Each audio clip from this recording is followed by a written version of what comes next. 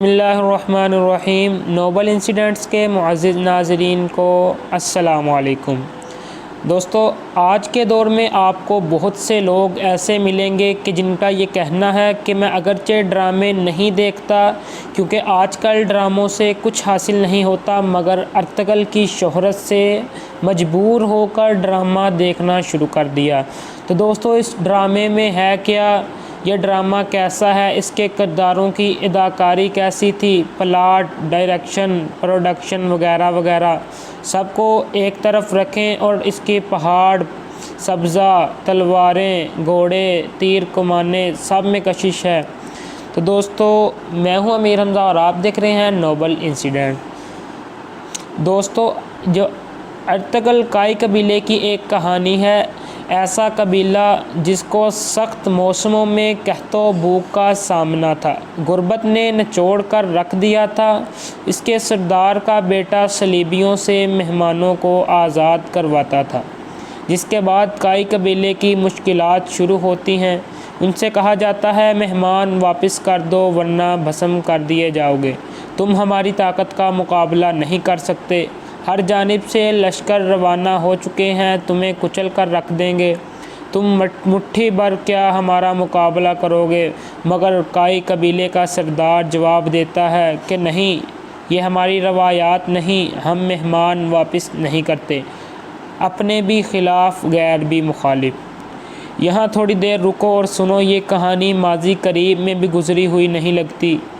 ہاں بتاؤ نا، ایک افغانی قبیلے، اس کے ایسے مہمان جو قبیلے والوں نے آزاد نہیں کروائے تھے، بلکہ وہ مہمان ریچھ کے مقابلے ان قبیلوں والوں کے ساتھ کندھے سے کندھا ملا کر لڑے تھے۔ پھر افغانی ارطغرل سے کہا جاتا ہے کہ مہمان ہمیں دے دو، مگر افغانی ارطغرل بھی وہی جواب دیتا ہے جو کائی ارطغرل نے جواب دیا تھا، ہماری روایات نہیں۔ پھر افغانی ارطغرل کو بھی وہی دھمکیاں ملتی ہیں، مہمان واپس کر دو ورنہ بھسم کر دیے جاؤ گے، تم ہماری طاقت کا مقابلہ نہیں کر سکتے، ہر جانب سے لشکر روانہ ہو چکے ہیں، تمہیں کچل کر رکھ دیں گے۔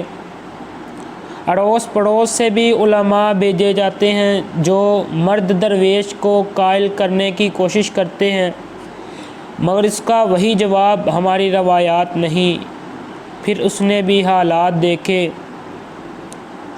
پابندیاں، بھوک، قحط، افلاس، دوست دشمن بن گئے، سینے پر وار سہتے رہے، کم ظرفوں کی طرف سے لگائے جانے والے گھاؤ کمر پر بھی برداشت کیے۔ دنیا کی 29 قوموں سے لڑا افغانی ارطغرل اور رب ذوالجلال نے سرخرو کیا تو آج اس سے مذاکرات کی بھیک اور عزت کا راستہ مانگا جا رہا ہے، مگر جانتے ہیں یہ ارطغرلوں کے جواب ایک جیسے ہی ہوتے ہیں، ہم اپنی روایات کے خلاف نہیں جا سکتے، مہمان نہیں دیں گے۔ استاد محترم کہتے ہیں کہ دلیری اور بزدلی ایک دوسرے کو لگنے والی چیزیں ہیں۔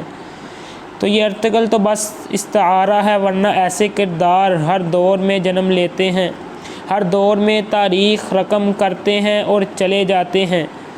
تاریخ دن ابتدا میں ان کرداروں کو ظالم جابر دکھاتے ہیں، پھر جب کوئی اردگان آتا ہے اور ارطغرل پر ڈرامہ بنایا جاتا ہے تو پتہ چلتا ہے کہ ارطغرل اصل میں ہیرو تھا۔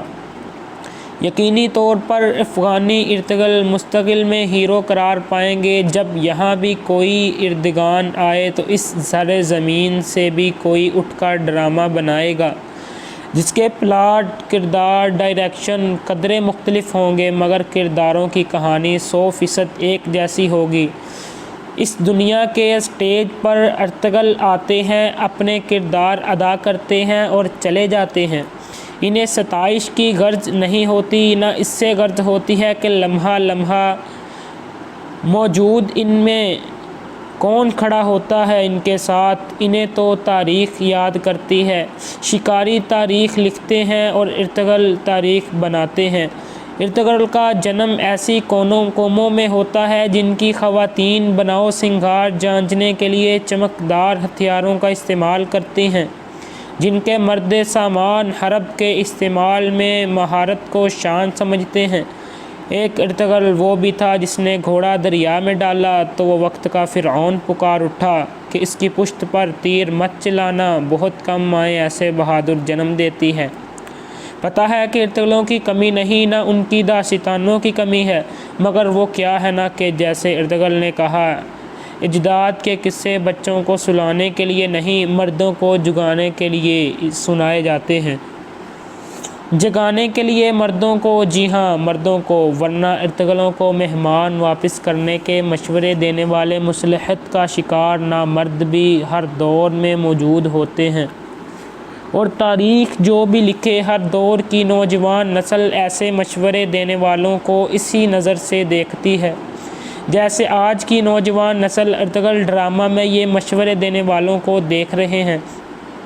ورنہ کیا ہے کہ تھیٹر میں ڈرامہ ختم ہونے پر جب پردہ گرتا ہے تو تالیاں سیٹیاں بجاتے ہوئے اٹھ کر سب ہی چلے جاتے ہیں، مگر جب اس دنیا کا تھیٹر ختم ہوگا اور پردہ گرے گا تو پتہ چلے گا کہ کامیاب تو صرف ارطغرل ہی ہوئے۔ پردہ گرنے پر تالیاں بجانے والے بس تالیاں ہی بجاتے رہ گئے۔ تو دوستو، یہ تھی اس ڈرامے کی مختصر کہانی۔ اس ڈرامے کے بارے میں ہم مزید اپڈیٹ آپ کو دیتے رہیں گے، تو ہمارے چینل نوبل پاکستان کو سبسکرائب کر کے بیل کے آئیکن پر کلک کر دیں تاکہ آپ کو ہماری ہر نئی آنے والی ویڈیو کا نوٹیفیکیشن بآسانی ملتا رہے۔ تو اب ہم ملتے ہیں اگلی ویڈیو میں، تب تک کے لیے اللہ حافظ۔